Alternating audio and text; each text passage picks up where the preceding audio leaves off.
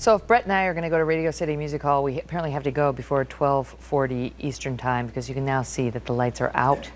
Wow, really? Okay. Good to know. Look at it. The lights have gone dark in Radio City Music Hall. The Rockettes have gone home. And yet we are still here reporting the news for you. That's how much we love you, America. So now that the shutdown is over, the debt deal is done, we can turn to the healthcare question. And if you missed it, some of the country's biggest media outlets have recently become some of the biggest critics of the rollout. The Chicago Tribune recently writing a piece about, quote, why Obamacare is a mess. The Washington Post saying, quote, Federal Health Exchange sending confusing enrollment information to insurers. And this from the New York Times, quote, from the start, signs of trouble at Health Portal. Joining me now, Leslie Marshall, a Fox News contributor and radio talk show host, and Lars Larson, who is host of the radio talk show, The Lars Larson Show. Good to see you guys again.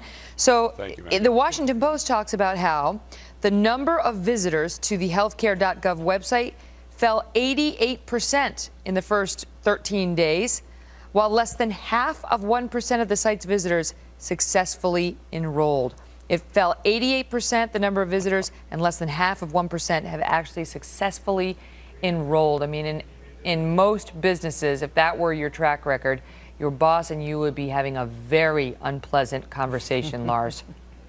Well, Megan, look at this. You shouldn't be surprised by this. An awful lot of the people, the first week that the Democrats were trying to say were just hopeful Obamacare signups, were actually showing up to be looky-loos. After 3 years of talking and $1.4 billion sunk into this mess, of course people are going to be curious about what's there. But once they got there and discovered that it was a technological nightmare, that the site isn't working, that you're not getting the kind of comparisons, and for those, I guess, fortunate few who got through, they found out it offers up plans that are demonstrably worse than what they have already. They're going to pay much higher deductibles. They're going to pay much higher premiums.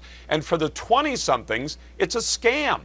Here's what they're doing. They're going to tell a 20-something, an otherwise healthy person, pay us a couple of $1,000 a year. The deductibles will be so high, you'll never actually get anything out of the policy, and we'll take all that money and we'll pay for other people's health care with it. What smart 20-something would sign up for that kind of disaster? Leslie, how exactly do they plan to enforce this individual mandate when the people who are trying to sign up for it can't even get on the site? I mean, you're going to tell people you have to pay a penalty unless you buy this insurance, and they're going to come back and say, I didn't have all year to sit on your website to sign up for it. I cannot disagree with that point, Megan. I do predict, my prediction here would be there would be some kind of an extension, whether it's 30 days or 60 days, until all of the computer glitches are in place. But Lars, to your point, the individuals that are signing up are people without insurance. And it's very common for somebody in October to look at something and then to go into a system in December and to sign up. Here in the state of California, I checked. I pretended I was something and someone other than I was, a lot younger and not married with 2 kids. And quite frankly, if I were to go to an HMO like Kaiser versus Obamacare, I save hundreds on Obamacare. And what am I getting? I'm getting insurance. And if I have no insurance, I have no way for prevention. And all I can do is wait till I'm in critical crisis mode, healthcare-wise, and go to the emergency room. But I don't know if that's the experience. Made us need reform in the first place. Because Mark Thiessen, who comes on our show, wrote a very interesting piece in the Washington Post, and he talks about how, according to an analysis that was performed by the Chicago Tribune, 21 of the 22 lowest price plans offered on the Illinois Health Exchange have annual deductibles of more than $4,000 for an individual. Yep. $4,000 for an individual. These are people who don't have insurance, probably because they can't afford it, because most people who can afford it would like to have insurance. So it's a $4,000 deductible and $8,000 for family coverage. And then plans that have the least expensive monthly premium, they're talking about deductibles $6,300 for individuals and almost $13,000 deductibles for families. I mean, who can afford that, Lars?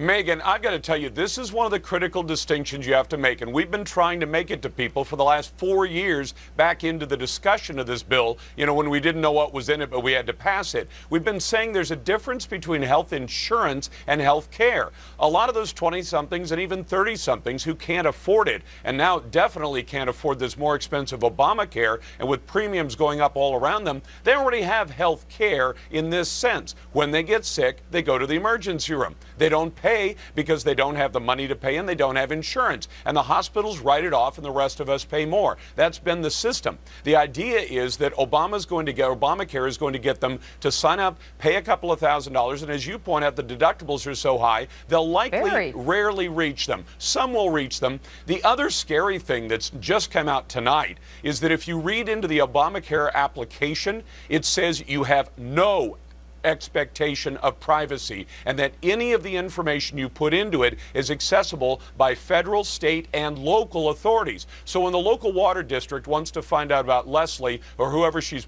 pretending to be on the website right now, they can actually access this. And Megan, you're a lawyer. This is written into the fine print like one of those, computer license agreements. Put all your data in here and we'll give it to any government agency that walks around. I'll give you the last word, Leslie.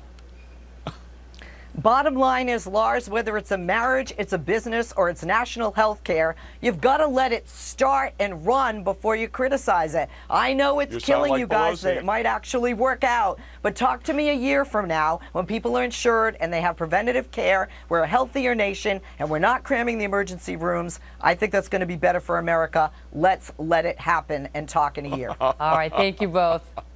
Thanks, Megan. Thanks, Leslie. Well, before